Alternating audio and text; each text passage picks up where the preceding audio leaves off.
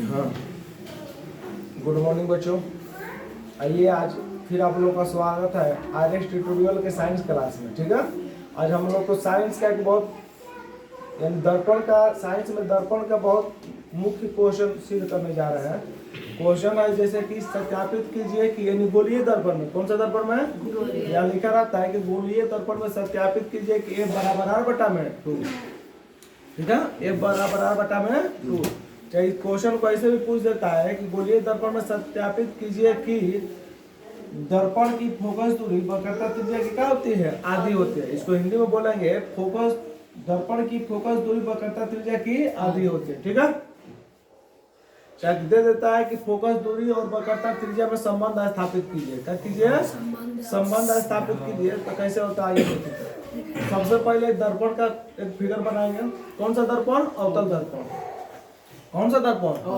देखिए एक अवतल दर्पण का फिगर बनाए। ठीक है, अवतल दर्पण में देखिए ये क्या है, हमारा मुख्य अक्ष है। पीसी क्या है? मुख्य अक्ष है। तो ये लिखे, देखिए फिगर बनाए उसके बारे में लिखे। एक अवतल दर्पण बी बी डैश लिए, यानी एक दर्पण जो खींचे है ये बी है और क्या है, बी डैश है, जिसका ध्रुव क्या है, पी है। ये ध्रुव का है, पी है, यानी इसको हम लोग ध्रुव बोलते हैं। क्या बोलते हैं? ध्रुव। ना, दर्पण से मुख्य अक्ष जहाँ गुजरते हैं उसको ध्रुव बोला जाता है। और पीसी मुख्य अक्ष है। देखिए पीसी का है, पीसी का है मुख्य अक्ष है। ये भी एक आपतित किरण है, यानी ये मुख्य अक्ष, मुख्य अक्ष के समानांतर एक आपतित किरण ए बी है। आ रही है ना, इधर से आ रही है, कहीं से आ रही है, तो आने वाला को आपतित किरण बोला जाता है। क्या बोलता है? आपतित किरण ए बी है।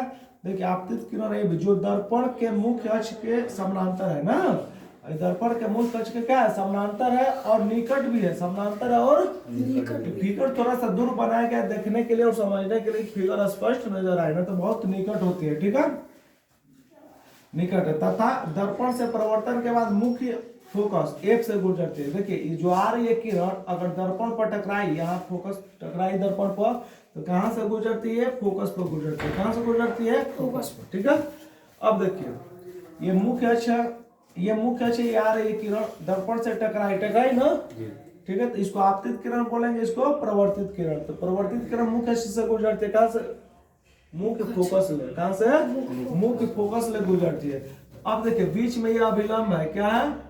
अभिलंब है। चूंकि त्रिज्या जो है क्या है, समतल दर्पण के आपतन बिंदु पर अभिलंब है। ठीक है, तो अभिलंब है तो ये आपतन कोण, ये कौन सा कोण? आपतन कोण। आई प्रवर्तन कोण, दोनों आपस में क्या होगा? आपतन कोण और प्रवर्तन कोण दोनों आपस में क्या होते हैं? बराबर होते हैं। क्या होते हैं? अब देखिए बराबर होते हैं तो मैथ में पढ़े होंगे कि जब दो समानांतर किरण है, देखिए इसके समानांतर है। ठीक है, तिर्यक रेखा काटती है ऐसे, तो इसका एकांतर कोण भी आपस में क्या होता है? बराबर। तो देखिए यहाँ पे आई था, आई तिर्यक रेखा काट रही थी, तो ये आई है तो यो आई हो जाएगा। ठीक है, यानी ये दोनों आपस में कोण क्या होगा? बराबर होगा। क्या होगा? बराबर होगा। आइए इसको सिद्ध करते हैं। ये तो अभी फिगर के बारे में लिखे हैं, कौन क्या है, कैसा है, कौन मुख्य अक्ष है, कौन फोकस है, आ रहा समझ में? कौन आपतित किरण। अब सिद्ध करते हैं। चलिए मेन देखिए, अब यहीं से खेला चालू होता है। पहले देखिए क्या है, हाई त्रिज्या है। क्या है? बीसी क्या है? त्रिज्या। त्रिज्या को ही हम लोग क्या बोलते हैं? वक्रता त्रिज्या बोला जाता है। क्या बोला जाता है? लिखेंगे चूंकि सी बी त्रिज्या सी बी, चाहे पहले त्रिज्या लेके, चूंकि त्रिज्या सी बी ना दर्पण के, समझ में ना, दर्पण सतह के बिंदु बी पर अभिलंब है। क्या है? अभिलंब है। क्या है जी?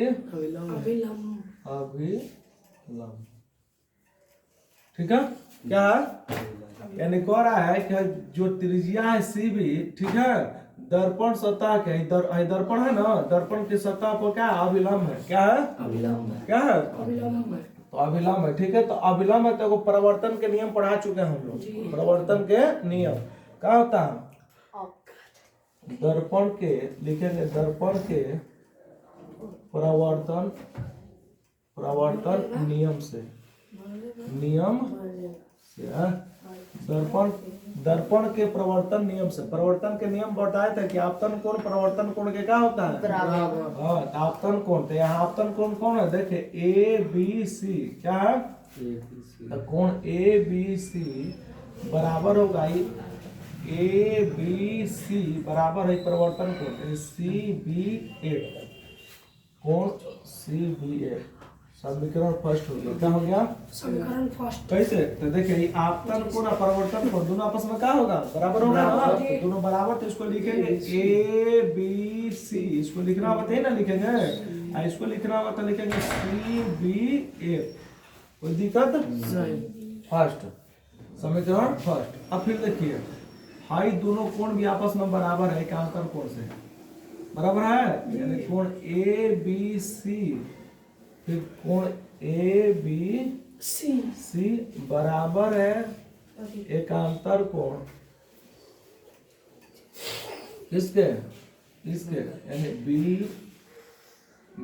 सी एफ के, किसके बी सी एफ। समीकरण क्या हो गया हाई कैसे एकांतर होगा नहीं पता तो लिख लीजिए, यहाँ लिखिए चूंकि ए बी समानांतर है पीसी का, क्या है यानी कि भाई ए बी किरण जो है पीसी के क्या है समानांतर है, एकांतर कोण काट तिर्यक रेखा काट रही है, एकांतर कोण आपस में क्या होता है। अब देखिए समीकरण फर्स्ट और सेकंड की तुलना कीजिए, लिखिए समीकरण फर्स्ट और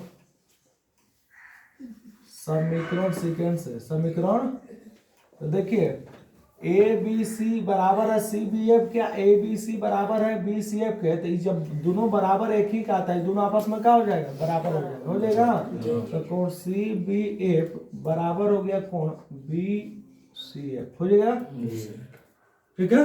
और जब बराबर होंगे देखो दोनों एक ही त्रिभुज क्या है, देखिए सी बी एफ कहाँ है सी बी एफ कहने का मतलब भाई कौन है, बी सी एफ कहने का मतलब भाई कोण, ठीक है एक ही त्रिभुज का है ना, एक ही त्रिभुज के जब दो कोण बराबर होते हैं तो समद्विबाहु त्रिभुज कहलाता है, क्या कहलाता है समद्विबाहु त्रिभुज। इसलिए बी सी एफ एक समद्विबाहु त्रिभुज है, क्या है समद्विबाहु त्रिभुज है, क्या है समद्विबाहु त्रिभुज, समझ रहा है, यानी बी सी एफ एक समद्विबाहु त्रिभुज है, ठीक है। तो जब समद्विबाहु त्रिभुज है इसके दो भुजा आपस में क्या होती है बराबर होते हैं, दो भुजा आपस में बराबर, तो देखिए इस त्रिभुज की यानी हाई भुजा और हाई दोनों आपस में क्या हो जाएगा बराबर हो जाएगा, दोनों आपस में क्या हो जाएगा, इसलिए अतः यानी बी एफ बराबर हो जाएगा सी एफ के, बी एफ बराबर हो जाएगा सी एफ के, बी एफ भुजा सी एफ के क्या हो गया बराबर हो गया, ठीक है। यहाँ तो ठीक है। आइए अब हम चलते हैं, देखिए ये बी बिंदु पी के बहुत नजदीक है, चूंकि बिंदु बी कोमा पी के बहुत नजदीक है, बहुत क्या है नजदीक है, ठीक है, यानी बी बिंदु बी पी के बहुत नजदीक है, जब नजदीक है तो हाई और हाई दोनों आपस में क्या होंगे बराबर, इसलिए बी एफ बराबर हो जाएगा हमारा पी सी पी एफ, ठीक है, बी एफ बराबर हो जाएगा हमारा पी एफ, समझा रहा है, यानी बी एफ के बराबर हो गया हमारा पी एफ, नहीं हो गया। अब देखिए बी एफ के बराबर सी एफ और बी एफ के बराबर पी एफ एफ है जी, ठीक है, हो जाएगा ना। अतः ये हो सकता है कि सी एफ बराबर पी एफ, सी एफ बराबर पी एफ, सी एफ बराबर पी एफ लिख सकते हैं। अब देखिए अब हमारा है पी सी बराबर ले लीजिए, क्या ले लीजिए पी सी, देखिए पी सी बराबर हो जाएगा पी सी है, ये किसके बराबर होता है तो पी एफ और सी एफ के बराबर हो गए, दोनों को जोड़ने पर पी सी आएगा तो पी सी बराबर लिख सकते हैं हम P F plus C F लिख सकते हैं।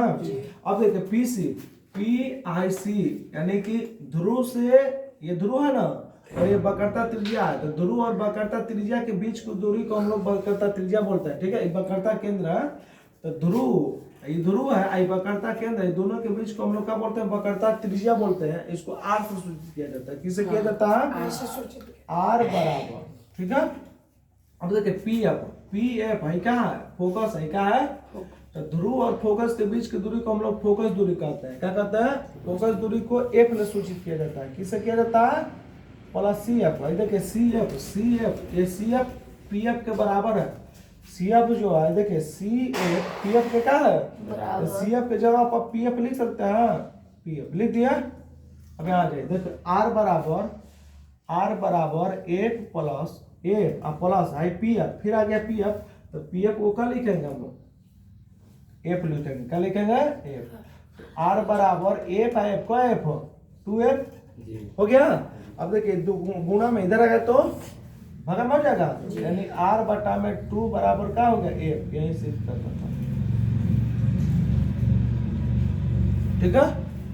ये बहुत इंपॉर्टेंट सवाल है, परीक्षा में बार बार देखता है, ठीक है। अगर समझ में आया होगा, अच्छा लगा होगा हमारा वीडियो तो इसको क्या कीजिएगा, चैनल को सब्सक्राइब और लाइक जरूर कीजिएगा, ठीक है।